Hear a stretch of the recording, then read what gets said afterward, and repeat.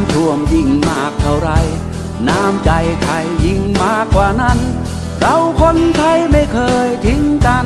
เราคนไทยไม่ทอดทิ้งกันจะฝ่าวิกฤตน้ำไปด้วยกันจะฝ่าวิกฤตนี้ไปด้วยกัน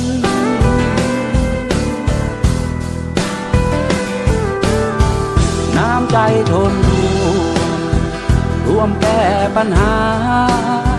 น้ำเมื่อไหลบ่าน้าไหลลมโจมดินโคลนถล่มทลายลุ่มเจ้าพระยาท่าจีนปิงวังยมน่านยันโค้งชีมู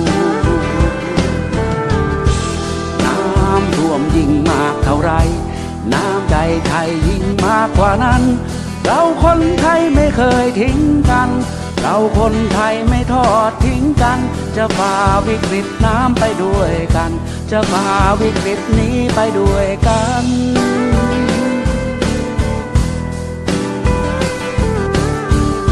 100 วันพันปีก็มีเพียงครั้งนี้ที่น้ำฝนไหลรีน้ำที่ไหลบ่าหลั่งเลือดน้ำตาสู้แรงวารีมีแต่เพียงศรัทธาแห่งความรักและผูกพัน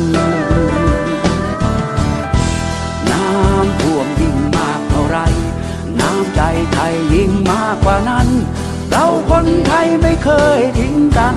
เราคนไทยไม่ทอดทิ้งกันจะฝ่าวิกฤตน้ำไปด้วยกันจะฝ่าวิกฤตนี้ไปด้วยกันน้ำท่วมยิ่งมากเท่าไรน้ำใจไทยยิ่งมากกว่านั้นเราคนไทยไม่เคยทิ้งกันเราคนไทยไม่ทอดทิ้งกันจะฝ่าวิกฤตน้ำไปด้วยกันจะฝ่าวิกฤตนี้ไปด้วยกันเขื่อนข้าวสูงตลิ่งใจสูงกว่าคนไทยทั่วลาส่งกำลังใจถึงกันซื้อข้าวซื้อของใส่กระสอบฝันต้องมี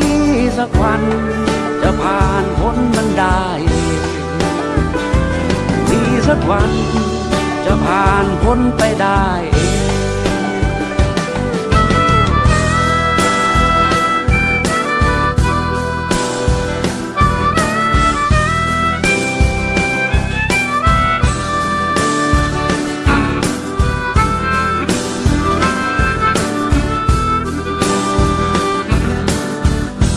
น้ำท่วมยิ่งมากเท่าไรน้ำใจไทยยิ่งมากกว่านั้นเราคนไทยไม่เคยทิ้งกันเราคนไทยไม่ทอดทิ้งกันจะฝ่าวิกฤตน้ำไปด้วยกันจะฝ่าวิกฤตนี้ไปด้วยกันน้ำท่วมยิ่งมากเท่าไรน้ำใจไทยยิ่งมากกว่านั้นเราคนไทยไม่เคยทิ้งกันเราคนไทยไม่ทอดทิ้งกันจะฝ่าวิกฤตน้ำไปด้วยกันจะฝ่าวิกฤตนี้ไปด้วยกันจะฝ่าวิกฤตน้ำไปด้วยกันจะฝ่าวิกฤตนี้ไปด้วยกัน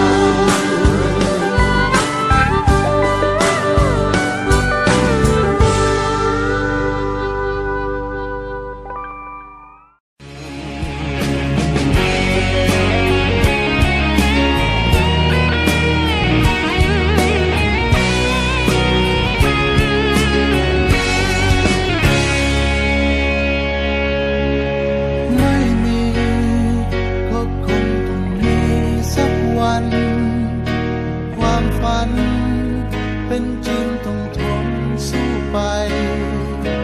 ไม่นานเราคงจะได้สมใจมุ่งมั่นทุ่มเทเพียงใดกว่าจะได้มาเส้นชัยไม่มาต้องไปหามัน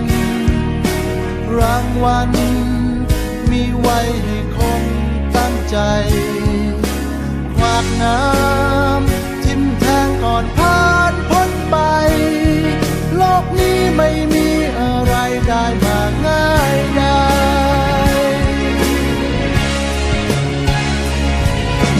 ใจสู้หรื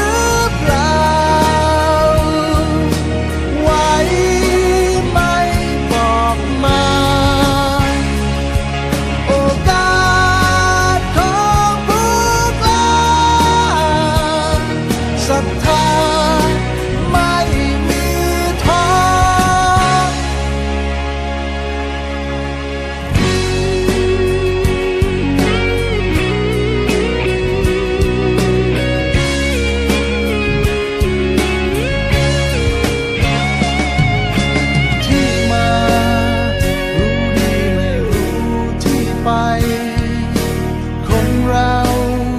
มันเลือกเกิดเองไม่ได้ แต่เราเลือกได้จะเป็นเช่นไร เลือกได้จะทำตามใจด้วยตัวของเรา หลายคนเชื่อในเรื่องโชคชะตา บางคนเชื่อมั่นในตัวเอง ชีวิตเรากำหนดของเราเอง จะแพ้ชนะไม่เกรงจะสักเท่าไร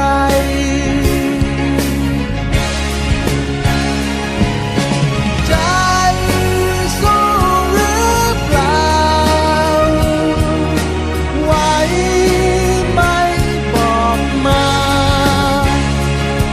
โอกาสของผู้กล้าศรัทธาไม่มีท้อ เรื่องราวมากมายบีบคั้นกายและใจโอดออดหวั่นไหว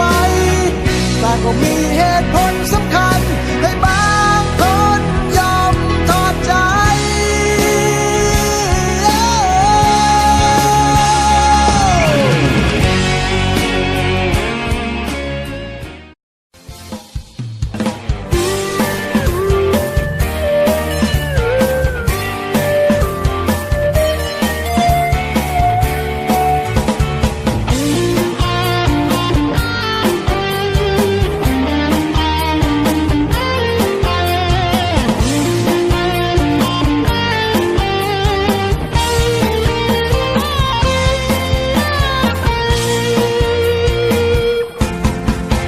ที่ไหนเมื่อไรมีภัยกล้ำกลาย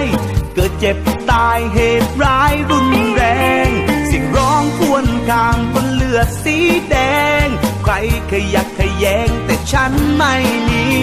ที่ไหนไฟไหม้น้ำท่วมรถชน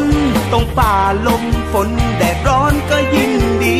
แค่ส่งข่าวมาจะถึงในทันที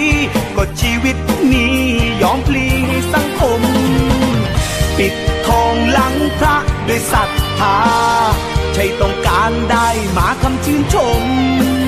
เนื้อตัวเปรอะเปื้อนดูโสมมสำนึกถูกผมด้วยสีขาวกู้ภัยช่วยใครต่อใครมามากมายเผชิญเหตุร้ายเสี่ยงทุกครั้งคราวกู้ภัยมีใครบันทึกบอกเล่าถึงเรื่องราวความดีที่ทำอย่างเสียสละ